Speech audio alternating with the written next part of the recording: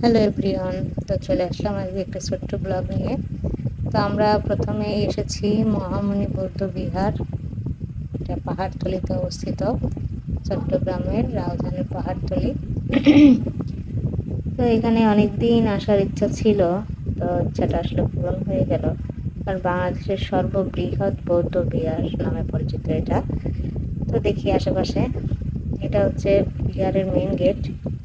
এখান থেকেই প্রবেশদ্বার, অর্থাৎ ভিতরে প্রবেশ করতে হবে। আশেপাশের পরিবেশটা বেশ মনোরম ছিল।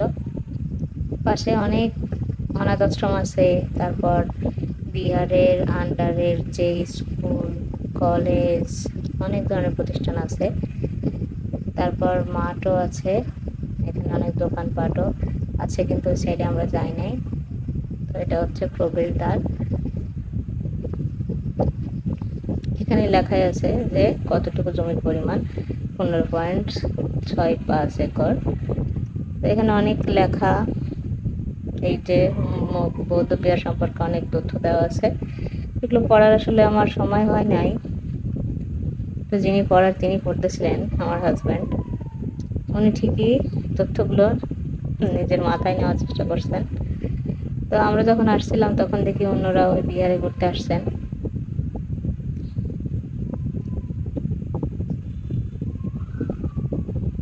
বিহারের প্রতিষ্ঠাতার নামও দেওয়া আছে। তো এই হচ্ছে প্রবেশদ্বার। এখানে সবাই জুতাটা খুলে রেখে তারপর বিহার ঘুরতে যায়। তো ইনি হচ্ছে আমার পরিচিত, বাসার পাশে অন্য বিল্ডিংয়ে থাকেন। হঠাৎ দেখা, তাই একটু কথা বলে নিলাম।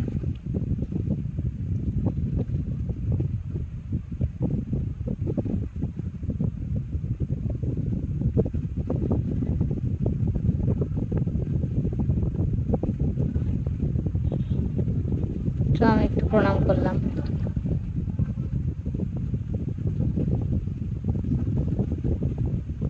এই যে আমার ছোট্ট পাপা, সে প্রণাম করছে।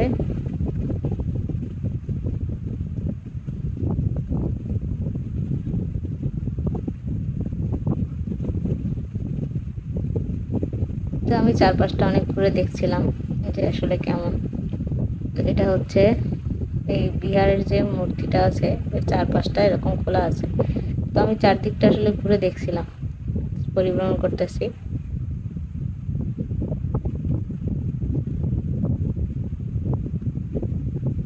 এখানে অনেক সমাধি আছে, অনেক বড় বড় যেসব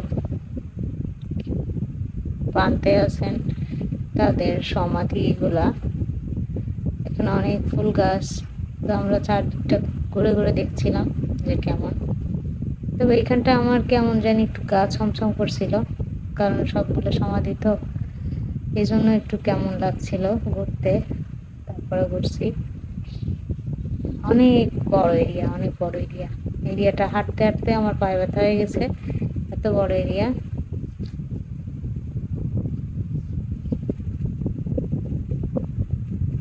এই সমাধি অনেক অনেক অনেকগুলো সমাধি একসাথে এখানে চারপাশ দিয়ে, আর মাঝখান দিয়ে এরকম ফুল বাগান করা আছে। তো এখানকার বিশেষত্ব হচ্ছে এটা খালি পায়ে হাঁটতে হবে। তো বেশ মজাই লাগছিল আমার।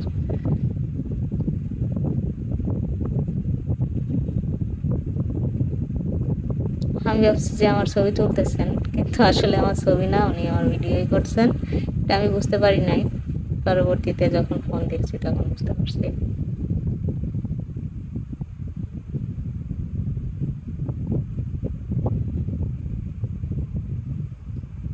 চারপাশটা খুবই মনোরম ছিল, খুবই মনোরম।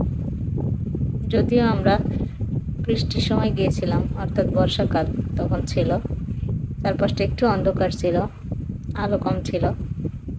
আর বারবার আমার বাবা বলছে বাড়ি চলো, বাড়ি চলো, বাড়ি চলো, এরকম করছে। এই যে আমার প্রতি দেবতা, উনি আমার একটা ভিডিও করে দিয়েছিলেন, কিন্তু আমার পছন্দ হয় না। আমি ওনাকে দেখার তো চেষ্টা করছিলাম যে এইভাবে ভিডিও করতে হবে।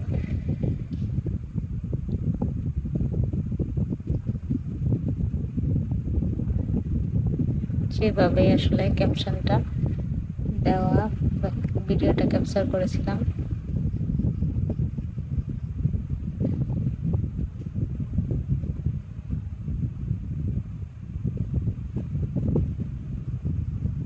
তো আমরা এখন বের হয়ে যাচ্ছি,